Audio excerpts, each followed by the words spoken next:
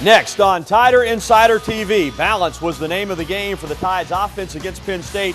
We'll look back at Bama's 24-3 victory over the Nittany Lions. Plus, we'll look ahead to the Duke Blue Devils. Can they mount any sort of challenge against the #1 team in the land? Tider Insider TV starts right now. Go inside the Crimson Tide. Tider Insider TV with Rodney Orr and Gary Harris.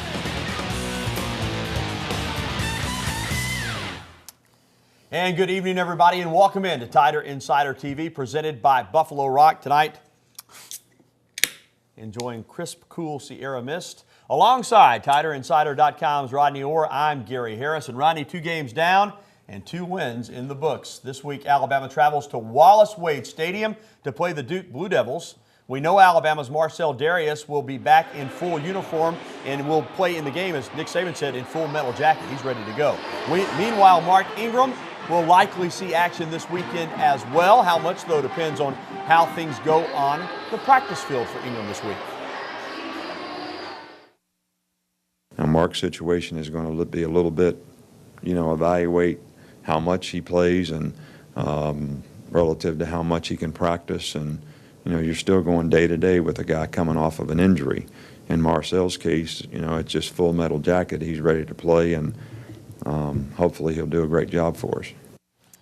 Well, Rodney, the good news for Alabama is that even without Ingram, even without Darius, basically without Courtney Upshaw and a few other guys that went down during the game, Alabama still managed to beat a top 25 ranked opponent, Penn State, by 3 touchdowns. Let's start with the offense, and balance has to be the key word. Alabama was just brutally efficient in the first half. They picked Penn State apart, and this sounds a little self-serving, but I think it's safe to say had Penn State mounted any type of threat in the second half, Alabama could have scored some more points. Oh, no question. Alabama could have scored a lot of points. Again, you talk about did Alabama take the foot off the throttle? I think they did a little bit. And, you look at, I'm not sure McElroy even threw a pass in the fourth quarter, Gary, but when they came out on the second drive and they went to that spread, 5 wide, and threw the ball very, very well, and the receivers really made some nice catches. Here's a great throw to Dial and a good catch. It had been 17 games since Penn State had given up a 100-yard rusher.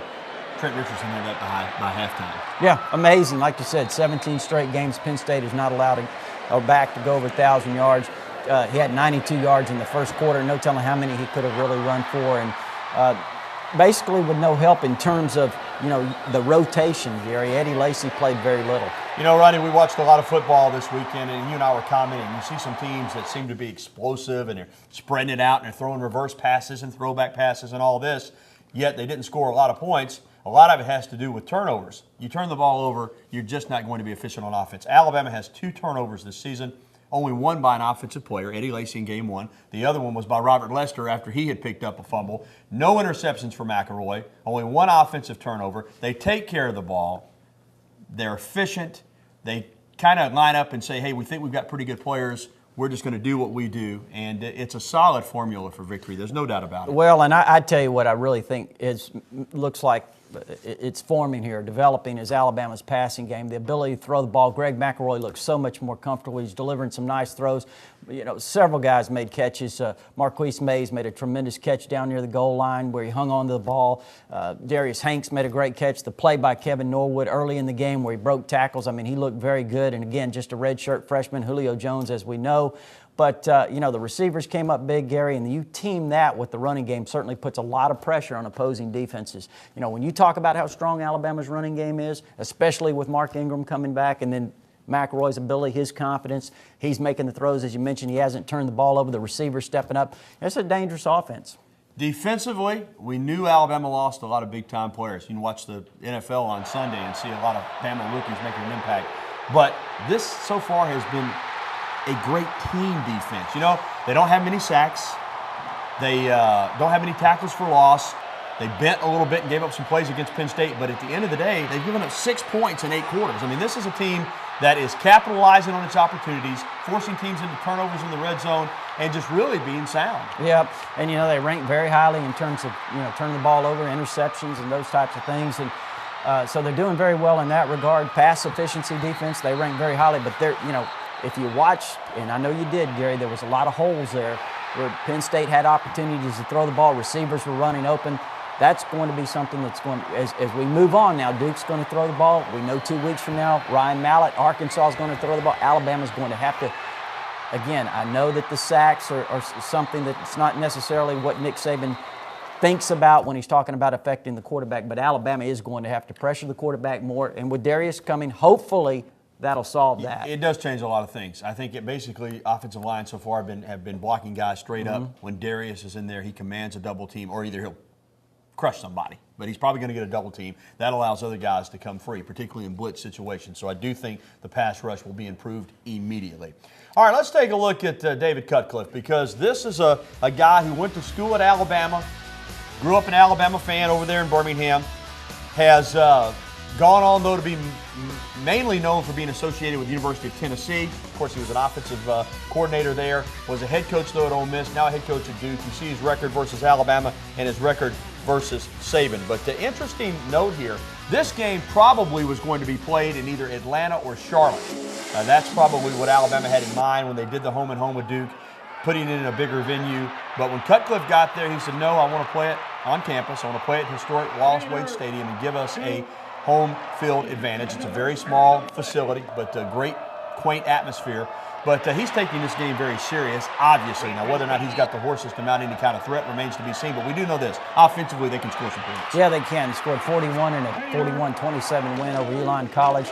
Scored 48 last week and got beat 54-48. So they give up a lot of points. And, you know, I know they're not very good against the run. And I think Alabama, that's a recipe for disaster. I mean, it's 6 yards per carry Elon College got against Duke. So what does that tell you? You know, the good thing is this is a team that is going to throw it around. They're going to present some scheme challenges, but Alabama should win the game. But it's a good tune-up. With Arkansas coming, with Florida coming to face a team like this, I think it's a good spot in the schedule for Alabama, don't you? Yeah, I do. And I think, you know, Gary, you talk about that, and you're talking about the passing game and defending the pass, rushing the passer. So I think that's perfect with what Alabama has coming up on the schedule. All right. Well, coming up on the show, several top prospects were in town this past weekend. Rodney will update us in his recruiting segment. But up next, Joe Paterno was in no mood for small talk after the Alabama game. We'll show you what led the Penn State coach to walk out of his press conference. And also, of course, we'll get to your emails and phone calls. If you want to give us a ring, 205-348-WVUA is the number. That's 348-9882. Or you can email us at TITV@WVUATV.com. Stick around. Tider Insider TV is coming back right after this. More football news in just a moment, but first, time to talk to you about Nuke's Express Cafe, just up from the University of Alabama campus on University Boulevard in Tuscaloosa. 205 University Boulevard East, as a matter of fact, is the address. They're open for lunch and dinner 7 days a week, and they are terrific. Those of you who have been listening to me on this program now for months have gone in there and tried it and told me, you know what, once I went one time, I went back again and again and again. And you will too. If you've never tried Nuke's, give them a shot, whether it's an oven-toasted sandwich, a California-style pizza, or a hand-tossed salad. Everything's made with fresh ingredients. They've got a beer and wine menu, and they've got a terrific dessert menu as well. Call them for your catering needs, 758-2455. Well, Penn State coach Joe Paterno was in no mood for a lot of talk after the game Saturday night. Well, I won the second half. Look, it's over. Alabama deserves to win it. They were a better football team today, better coach team today, and they deserve to win. Can you give us an update on Hodges? Well, Ronnie, he was in there. One of the newspaper reporters timed it out for 2 minutes and 12 seconds. Wow. And I talked to a Penn State reporter who said he's normally not like that, but he was very adversarial. He told one guy to get a hearing aid because the guy said he didn't hear what he said, which was very difficult to hear. Hey, listen, he's a great coach. He's been a great coach. But you do have to, at 83, you have to start wondering, you know, when is long enough. Well, look at him. He doesn't look well. I mean, you know, 83 years old, probably, to be honest with you, how many people and I mentioned this to you, just standing up the whole game on the sidelines has got to be difficult for a guy 83 years old, let's be honest. But he is an icon, and you just hope that he will decide at some point when it's time, like Coach Bryant did. Some others have not done that. You would hate to see Penn State have to kind of do what Florida State did with Coach Bowden and say, hey, it's time to move on. You hate to see it end that way. But still got a pretty good football team, and He's still the man in charge. All right, next on Tider Insider TV, top prospect Isaiah Crowell was in town this past weekend. What type of impression did Alabama make on the running back out of Columbus, Georgia? Rodney will have that in his recruiting update. And, of course, we'll be taking your phone calls. Again, the number's there on your screen. Or if you would like, if you don't want to talk on TV, you can simply email us at the address there as well. We're going to hear from you when we come back here on the program. Stay with us.